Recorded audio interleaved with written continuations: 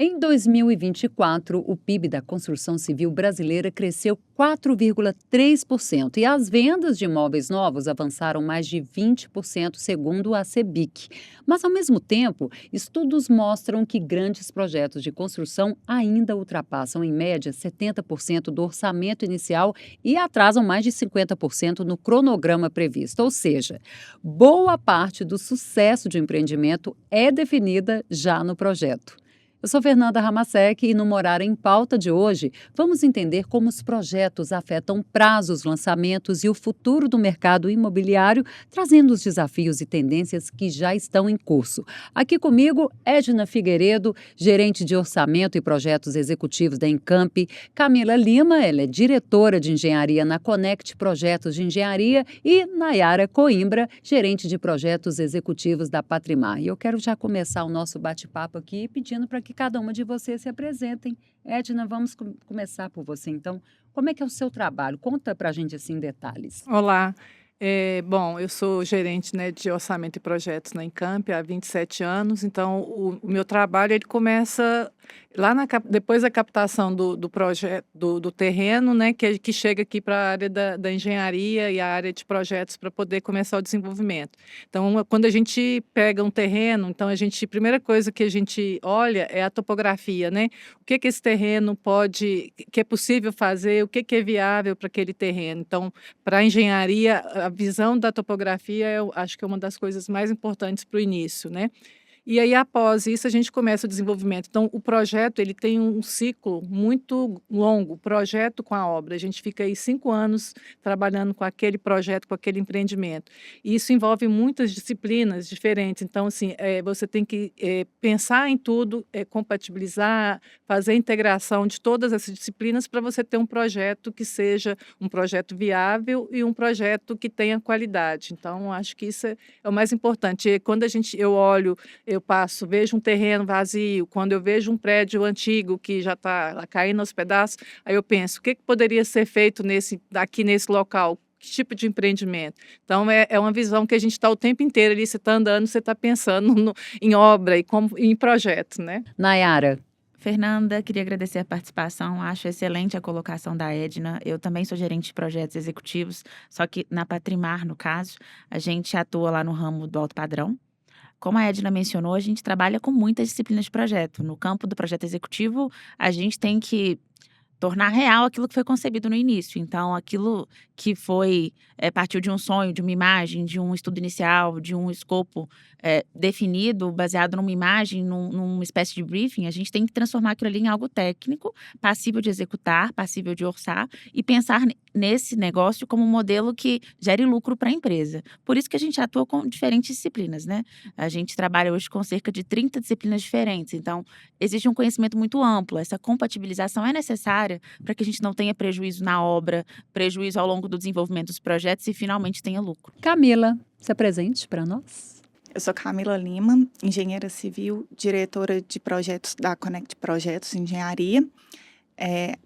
Na minha carreira, eu trabalhei com obras, orçamentos, projetos, e ao longo da minha carreira eu senti a necessidade, igual a Edna e a Nayara falaram, de entender o todo do empreendimento, de entender como que as diversas disciplinas elas se comunicam e elas se comunicam com as demais fases do empreendimento.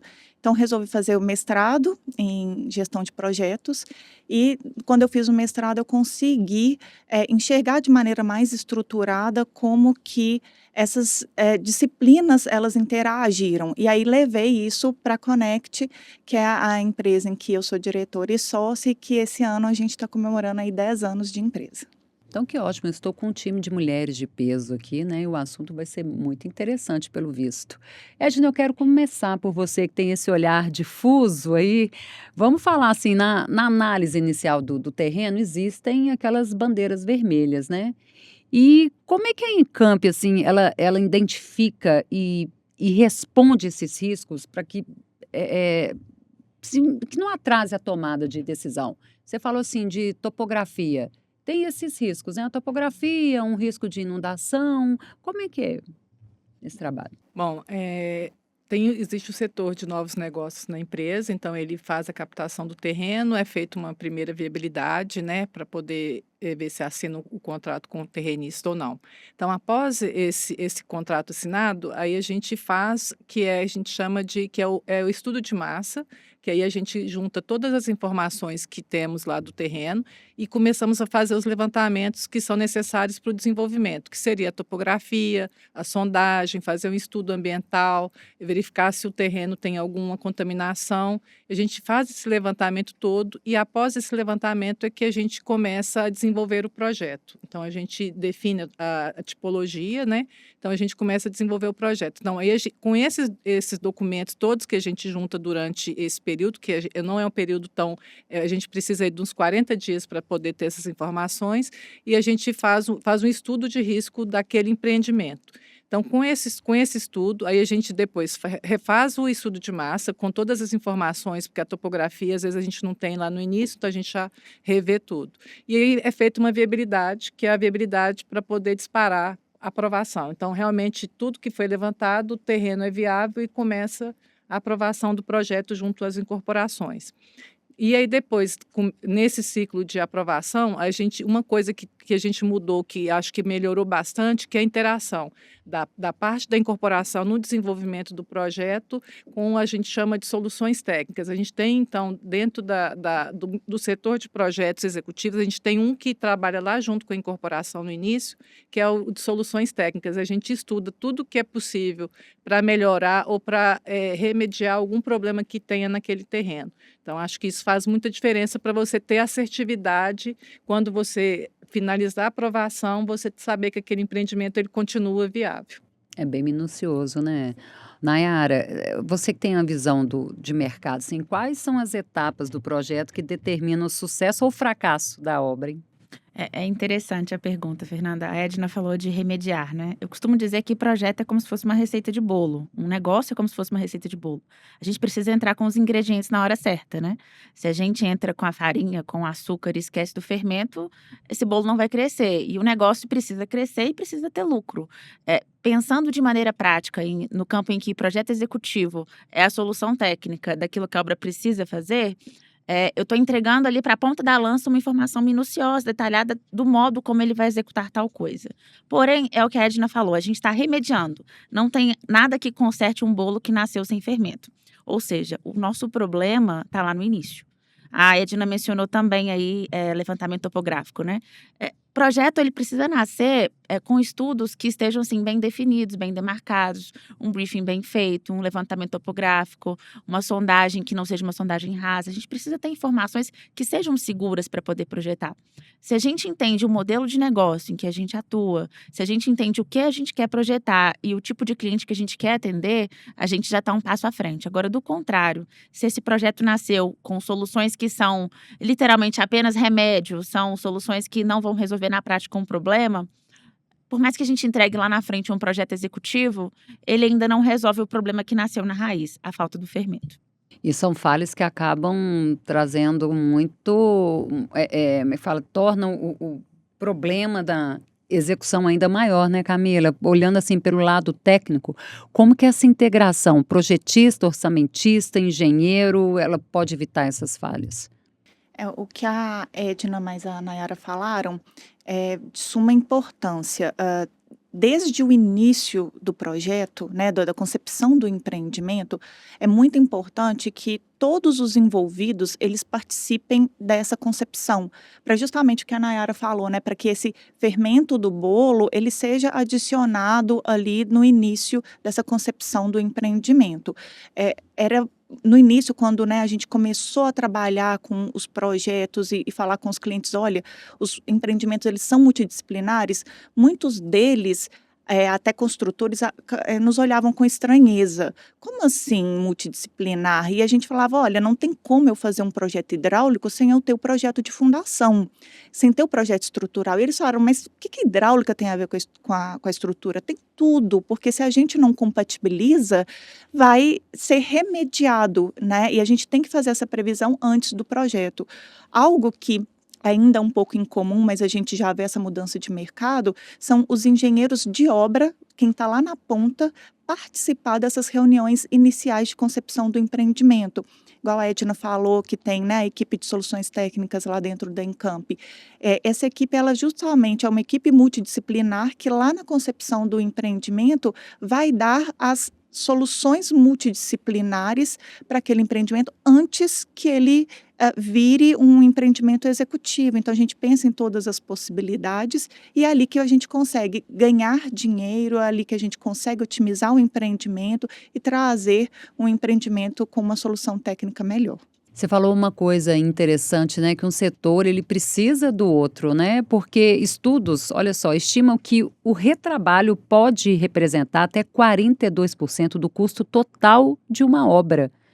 E o que mais causa então esse retrabalho? Como que as empresas podem reduzir esse índice? Unindo os setores? Sim, a resposta é exatamente a colaboração entre os setores. A gente só consegue otimizar o empreendimento e diminuir esses retrabalhos a partir do momento que frases como a obra resolve, eu faço hidráulica, vi aqui um erro, uma incompatibilidade com a estrutural, não vou entrar nesse mérito porque não é minha disciplina. Isso em um ambiente colaborativo não existe. Você, sim, está participando, você faz parte do empreendimento, mas você, além de fazer parte dele, você faz parte de um todo. Então, você tem que preocupar com esse todo e apontar tudo que você está vendo de melhoria para esse todo, para que ele tenha reduções de retrabalho, para que ele seja otimizado e lá no final seja um produto melhor. Agora, Nayara, eu quero te fazer uma pergunta. A gente sabe que a aprovação, né, junto à prefeitura, aos órgãos públicos, atrasam alguns empreendimentos. E quais são essas boas práticas, hein, que ajudam a destravar esses processos sem comprometer a qualidade técnica? Bom, Fernanda, é uma questão que faz parte, né? Todos nós dependemos dos órgãos, das prefeituras, e é um problema hoje que acomete a todos nós. Mas eu diria que a palavra-chave é insistência. Nós precisamos ter pessoas que acompanhem esse processo do início ao fim, e hoje a gente tem isso na Patrimar.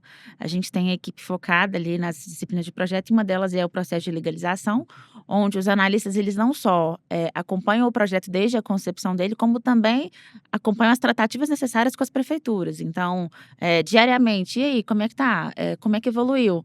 O próprio Dr. Alex Veiga, dono da Patrimar, ele menciona que quem não é visto não é lembrado. Então, todo mundo em torno desse jargão corre atrás de um jeito assim. A gente quer ter resultado, a gente quer lançar. E a gente sabe como o mercado é. Quem lança primeiro sai na frente, quem sai na frente vende mais. Faz parte do negócio. Pensando nessa dinâmica de não travar o projeto enquanto ele ainda está num processo de aprovação, como mencionado pela Camila, aí a colaboração, a documentação necessária, né? Se esse projeto ele nasceu baseado num comitê que foi feito para poder averiguar se ele atende os critérios, se ele nasceu em cima de uma situação onde o briefing foi bem estabelecido, e se ele segue um escopo padrão, se ele tem checklist de aferição dos itens, até que a prefeitura demanda, ou seja, itens básicos de norma, né?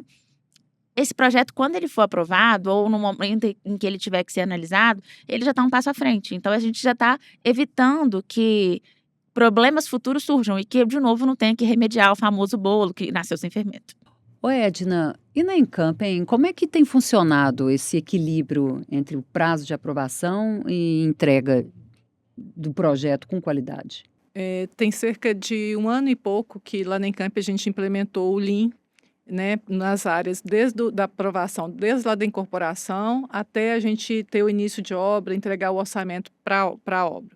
Então isso foi muito importante, porque assim, a gente viu aonde que a gente estava falhando, as etapas que a gente estava falhando, e a gente conseguiu melhorar, e a gente já vê essa melhora hoje dentro do setor.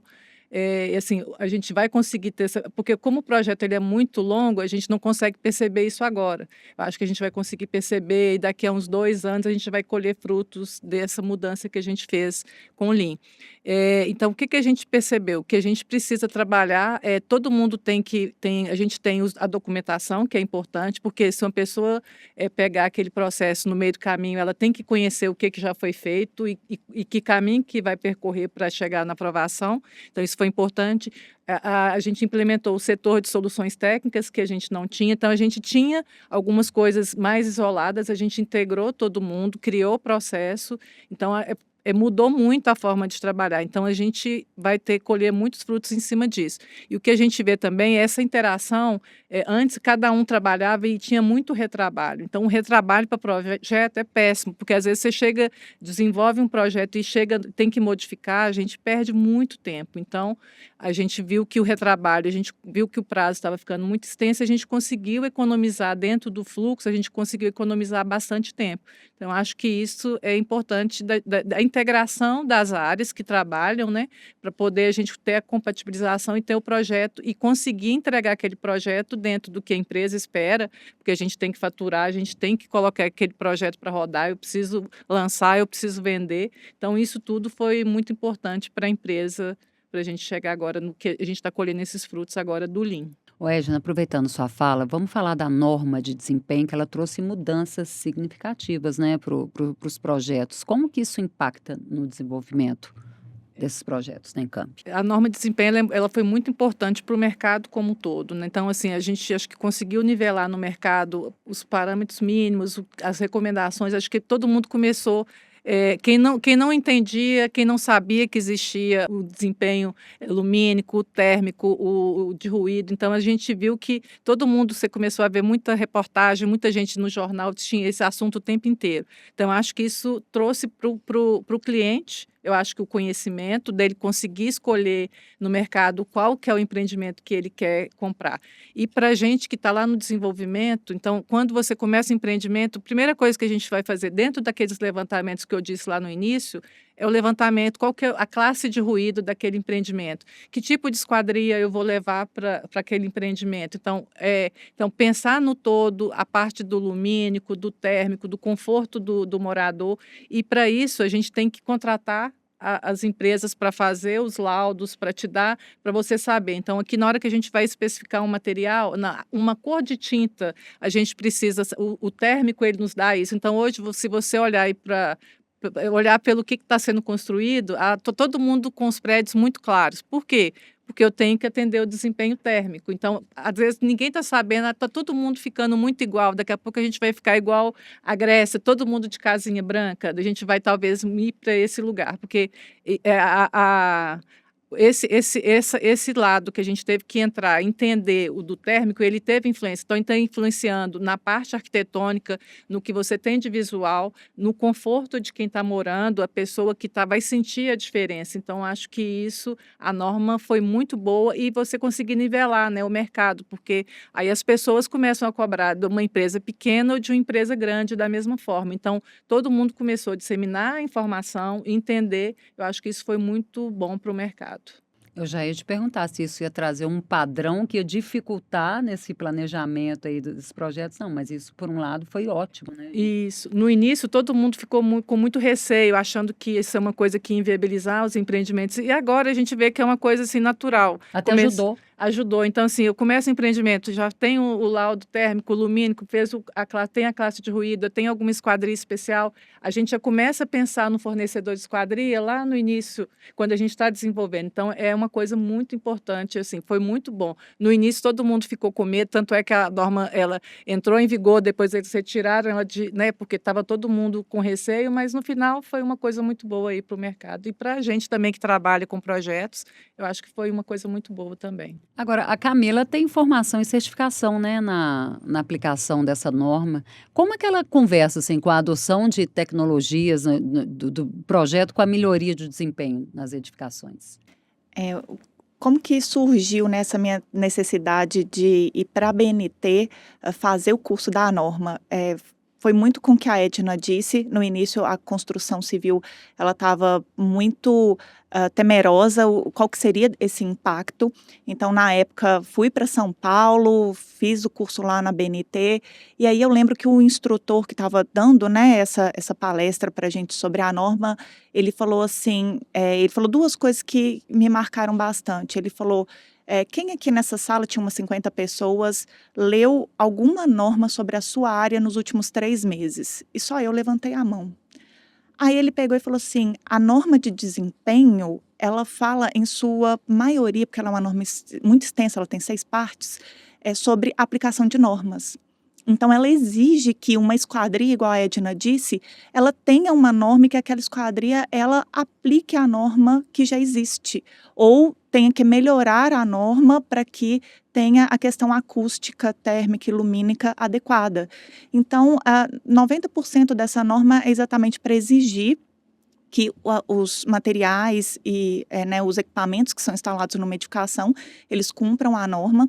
E o que a tecnologia ela vem agregar, né? Hoje, com o BIM, a gente consegue colocar dentro do projeto todas essas informações, esses laudos, igual a Edna colocou, né, que tem que ter os ensaios, a gente consegue colocar todas as características desses materiais que devem ser ensaiados dentro de um projeto e de um ambiente BIM. E a segunda coisa que ele falou é que a norma ela traz o conceito também de manutenção da edificação. Então, não basta a gente projetar e executar bem, o cliente ele também tem uma parte muito grande nessa aplicação e cumprimento da norma, que é a questão da manutenção. E para projeto e para tecnologia, o que muda para a gente na questão de manutenção? A gente tem que prever essas manutenções. Então, quando a gente vai fazer um projeto de um reservatório, eu tenho que permitir que ao entorno dele tenha o acesso adequado. Então, isso muda em projeto e hoje a gente tem tecnologias que fazem essa detecção, se essa previsão de espaço para manutenção está adequada. Então, a gente consegue linkar aí a norma, o conforto e tecnologia. Que bacana isso. Eu que fico aqui olhando pelo outro ponto de vista, né? Eu acho que como consumidor final fico interessada, assim, como é que acontecem as coisas nos bastidores. Bacana isso. Nayara, baseado nisso, olha, quais novas demandas aí que os clientes e investidores estão exigentes? Isso está influenciando no modo como os projetos são concebidos hoje em dia? Sim, primeiro porque você mencionou aí bastidores, né? A norma de desempenho que vocês mencionaram, ela foi, a primeira divulgação dela, salvo engano, foi em 19 de julho de 2013. Faz bastante tempo. Na época, como a Edna mencionou, foi um furdunço, porque não se sabia o nível de exigência. E tinham, na época, vários advogados com especialização no tema, batendo em porta de construtora para entender como é que aquilo ali seria aplicado na prática. Então, foi um momento muito difícil, porque a gente não tinha profissionais do mercado habituados a atender aquele nível de rigidez. E, na verdade, a norma de desempenho ela não define nada de novo. Ela fez uma concatenação das normas que já eram existentes. Só que passou a chamar atenção porque, quando ela foi divulgada, ela mencionou que, a partir de 2014, ela iria cobrar em cima desse tema, ou seja, o tema do desempenho. Ela iria passar a cobrar desempenho térmico, lumínico e acústico. Só que isso foi lá em 2013. Hoje, no cenário atual, Fernanda, o cliente ele não está só pensando no conforto, no desempenho térmico e no lumínico. Ele está pensando no retorno desse investimento. Por exemplo, hoje a gente tem certificações, né? Certificações do selo Casa Azul, certificações no ED. Vou dar exemplo do ED, por exemplo. A Patrimar, há uns dias atrás, ela tinha adquirido a certificação de um empreendimento específico. E porque ela conseguiu essa certificação, as taxas de juros desse empreendimento, de financiamento, que beneficiariam os clientes, no caso, elas foram reduzidas de uma maneira muito significativa. Então, ele teve um benefício a curto prazo e teria um benefício a longo prazo. Por quê? Porque o empreendimento tem a certificação ED e ele está atendendo uma série de requisitos que, como a Camila mencionou, vão facilitar o processo de manutenção no futuro, vão trazer para esse usuário mais qualidade de vida. Então, hoje, o cliente, quando ele pensa em comprar algo, ele não pensa exclusivamente no conforto, ele pensa no retorno. Na prática, o cliente quer conforto, mas se tem um investidor envolvido, ele quer retorno. E é isso que a gente observa no cenário atual. Ô, Edna, aproveitando o que a Nayara falou do selo azul, né? São 54 critérios de sustentabilidade em 6 categorias. E como é que a Camp tem trabalhado assim, para incorporar esses princípios? Quando a gente começa lá no início desenvolver o projeto, a gente tem a parte lá da drenagem, que é um item importante, né? que a gente aumenta um pouco o volume da caixa de retenção, a gente trabalha com as economias, com as torneiras e vaso sanitário, com a descarga mais econômica, a gente usa as lâmpadas de LED nas áreas comuns, então a gente tenta atender esses critérios, só que como a gente tem um limite de verba para poder viabilizar o empreendimento, a gente vai pesando para a gente conseguir ter o certificado, mas de forma que a gente consiga também manter a nossa viabilidade. Então, a gente tem ali, para quem trabalha com baixa renda, a gente tem que ter um equilíbrio para esse selo azul, mas a gente sempre está como base no desenvolvimento do projeto, a gente ter a certificação do selo azul. Nayara, e lá na Patrimar, como é que tem feito para equilibrar, né? É legal a Edna ter mencionado a questão do padrão do empreendimento, né? Porque a gente mencionou níveis diferentes de desempenho, tem o mínimo, intermediário e superior, e é natural que quando você atua no segmento do alto padrão, o cliente espere receber algo superior ao intermediário ou equivalente ao intermediário. E tem coisas que acabam, assim, remando contra a maré, porque, por exemplo, nós temos diferentes opções de planta, implantadas e executadas uma sobre a outra. Então, eu tenho que ter um cuidado muito mais excessivo com o tratamento acústico de uma unidade, por exemplo.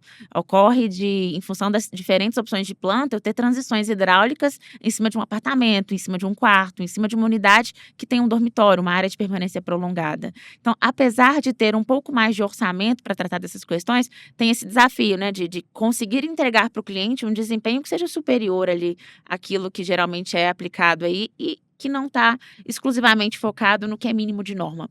Na prática, a gente tem que pensar em empreendimentos que entreguem para os usuários que vão morar nesses empreendimentos qualidade de vida.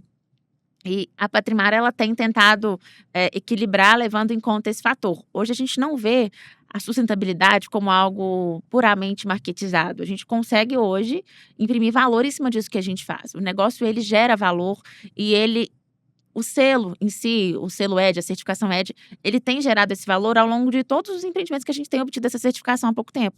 Tem um case do Oceana Golf, que já é um sucesso da Patrimar, foi entregue agora recentemente. A gente achou que não teria uma aceitação tão positiva por parte dos clientes.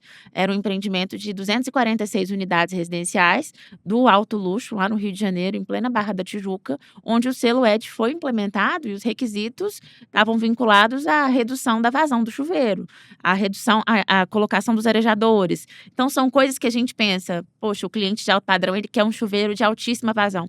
Não, o mercado mudou a forma de pensar. A gente percebe isso na prática, a gente tem vivenciado isso na prática. Não tivemos reclamações de clientes a respeito do tema, pelo contrário, eles conseguem pensar nessa situação como uma coisa, uma medida que a longo prazo vai trazer muito mais benefício e vai, é claro, facilitar o processo de manutenção. Ô Camila, você que atua aí com inovação e gestão, né, de projetos, como é que a tecnologia aplicada a projeto ela pode tornar as obras mais sustentáveis, mais previsíveis, eficientes? Bom, hoje a gente tem, né, a tecnologia ao nosso lado, ferramentas e metodologias igual o BIM, que proporcionam uma análise do projeto muito melhor.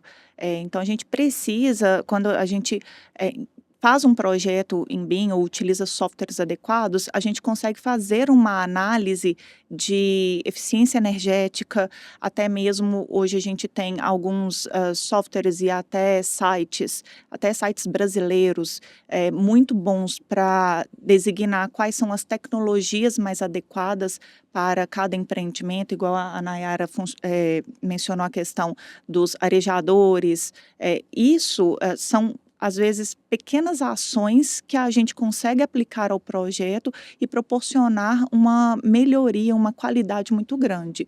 Uma coisa que a gente tem visto no mercado e que a Nayara falou e que, né, faz muito sentido, essa conscientização, e os clientes hoje, eles estão vendo que o chuveiro ele não precisa ter uma água com uma vazão excessiva para proporcionar um conforto. Você consegue aliar, né, com as tecnologias que a gente tem, os materiais, os dispositivos, um conforto muito bom com economia dos recursos.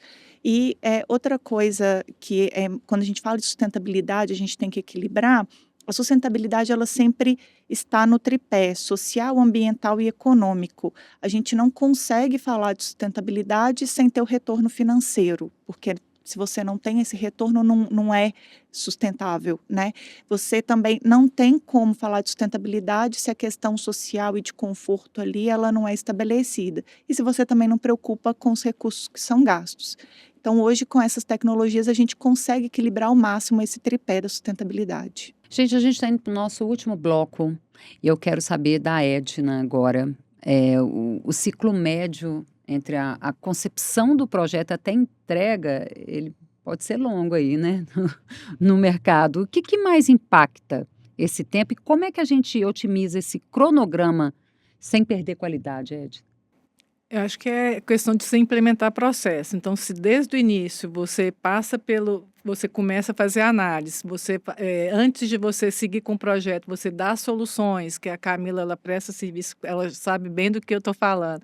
A gente está ali junto, dando soluções. Você consegue otimizar, porque às vezes não adianta você aprovar muito rápido e você depois ter um retrabalho de reaprovar, paralisar aquele projeto. Então, você cria uma expectativa para a empresa, né, de um faturamento e, de repente, você volta atrás porque a solução não está dada. Ou então você não pensa naquela solução, chega durante a obra precisa fazer uma modificação, e a gente tem questões mais sérias de uma fundação, de uma estrutura, de repente você pode até paralisar uma obra. Então, se você não fizer esse estudo, a gente fala que tem que gastar um pouco mais de tempo no projeto, ali no desenvolvimento, mas acaba que isso não é gastar tempo, porque você ganha, quando você vê a cadeia inteira, você ganha tempo no total. Então, para a empresa, é importantíssimo que ela tenha isso bem implementado, que ela tenha os processos que sejam seguidos, para no final a gente conseguir ter um empreendimento que seja aprovado num prazo bom para a empresa, que a obra consiga executar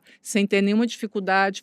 Pode ter, lógico, que a obra ela é muito dinâmica, mas ela não vai aparecer uma surpresa que precise paralisar uma obra. Acho que é isso que a gente busca. Quando a gente está lá desde o início, estudando, dando solução, a gente chama a parte da engenharia, leva a diretoria para mostrar soluções, opinar, para que a gente faça aquele projeto e que ele não tenha revisão após aquele desenvolvimento. Porque aí eu tenho tempo, custo, porque eu tenho que pagar aditivos para projetistas, eu tenho a minha equipe que a gente tem, em vez de estar trabalhando com um projeto novo, a gente está ali trabalhando num projeto antigo que já poderia ter passado. Então, esse desenvolvimento todo é muito dentro de um processo que ele está todo mundo conhece e que está junto, ele faz uma diferença enorme para a empresa e no final para o produto, porque você vai ter um produto também que foi pensado e que está executando conforme aquilo que foi pensado lá desde a concepção. Pois é, Camila, do ponto de vista técnico aí, quais os aprendizados aí que você acha que o setor já tem incorporado para reduzir esses erros e aumentar a previsibilidade das entregas? Eu percebi que ao longo, né, dos últimos anos, as empresas, de maneira geral, elas têm visto que investir na capacitação da equipe interna, investir no conhecimento dos processos, igual a Edna mencionou que a Encamp investiu em aplicar o Lean, que é uma filosofia interessantíssima para o mercado, porque a filosofia Lean é você entregar exatamente aquilo que o seu cliente precisa ou aquilo que o projeto precisa, nem mais e nem menos. Então, o mercado ele está investindo em conhecimento, né, tanto interno dentro das empresas, quanto a formação de parceiros também. Então, diminuir a rotatividade de colaboradores, a rotatividade de parceiros, faz com que a cada projeto os processos são otimizados e os empreendimentos eles vão rodando mais redondos. E chega lá, no final, você já tem um empreendimento mais otimizado, porque se cada vez que começa um empreendimento, você tem que ensinar a cultura da empresa, a cultura construtiva. Isso você vai perdendo tempo que poderia ter sido otimizado. Então, eu vejo que o mercado ele tem caminhado para esse lado. Nayara, a gente sabe aí muitas vezes que o projeto ele precisa ser ajustado durante a execução, né? E quais são as soluções de gestão e revisão que você pode passar para a gente aí que traz mais agilidade nesse processo? Fernanda, obra é um organismo vivo. A gente que desenvolve projeto, que gerencia projeto, a gente fica com um certo incômodo quando a gente percebe que um projeto precisa mudar enquanto a obra está em execução. A gente fica com uma pontadinha ali no coração, uma ansiedade que pega um pouco, mas São coisas que infelizmente ocorrem, depende muito do modelo de negócio em que aquela construtora está atuando ali. Mas existem formas da gente evitar o impacto disso, por exemplo, o modelo BIM, como mencionado pela Camila. O modelo BIM é uma espécie de teste digital daquilo que a gente vai projetar, daquilo que a gente está projetando e pretende construir. A gente consegue, através desses modelos da compatibilização, da federação de todos eles, analisar que possível impacto eu teria.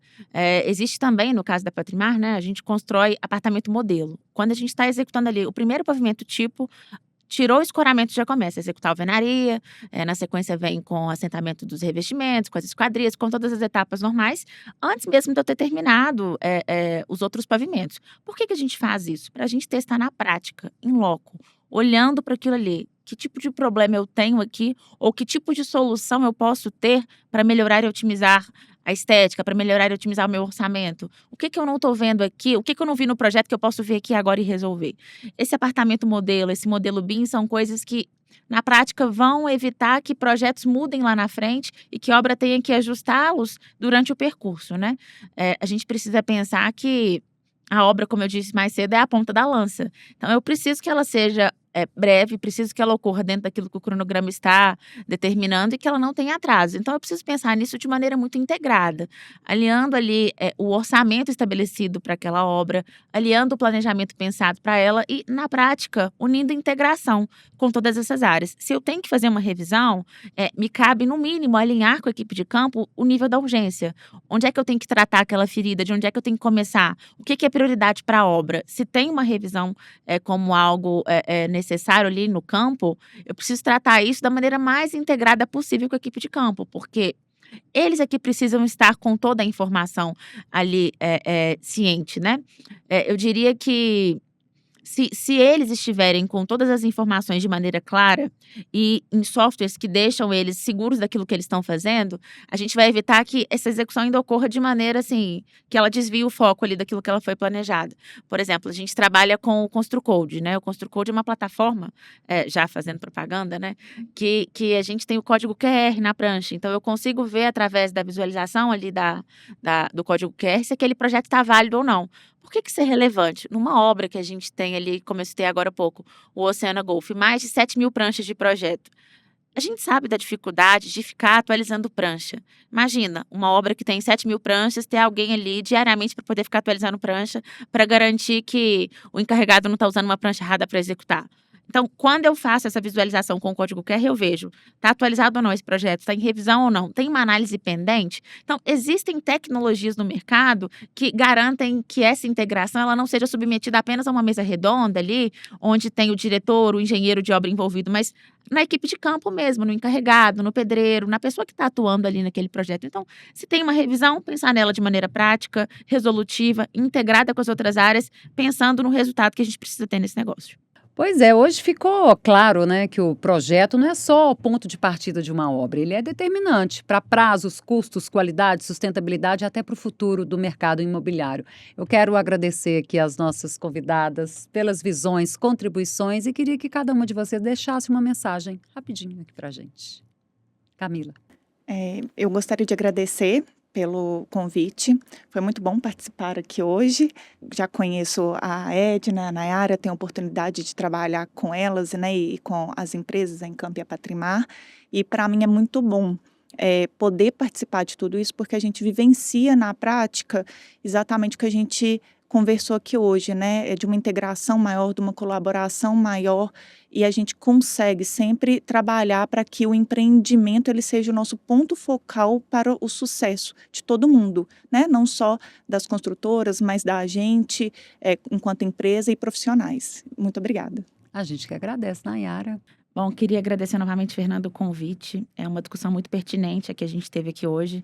Na prática, tudo se resume à eficiência. Eficiência técnica, eficiência humana, a qualidade de vida que a gente espera ter nos empreendimentos em que moramos e que construímos, né? No cenário atual, essas discussões estão cada vez mais latentes, porque hoje o cliente compra um imóvel pensando no resultado que ele vai ter a curto e longo prazo. E se a gente que está por trás do negócio não pensar em todas as esferas, nessa compatibilização, e se a gente não pensar nessa integração de áreas, a gente vai estar ali, provavelmente, um passinho atrás ali de um concorrente, né?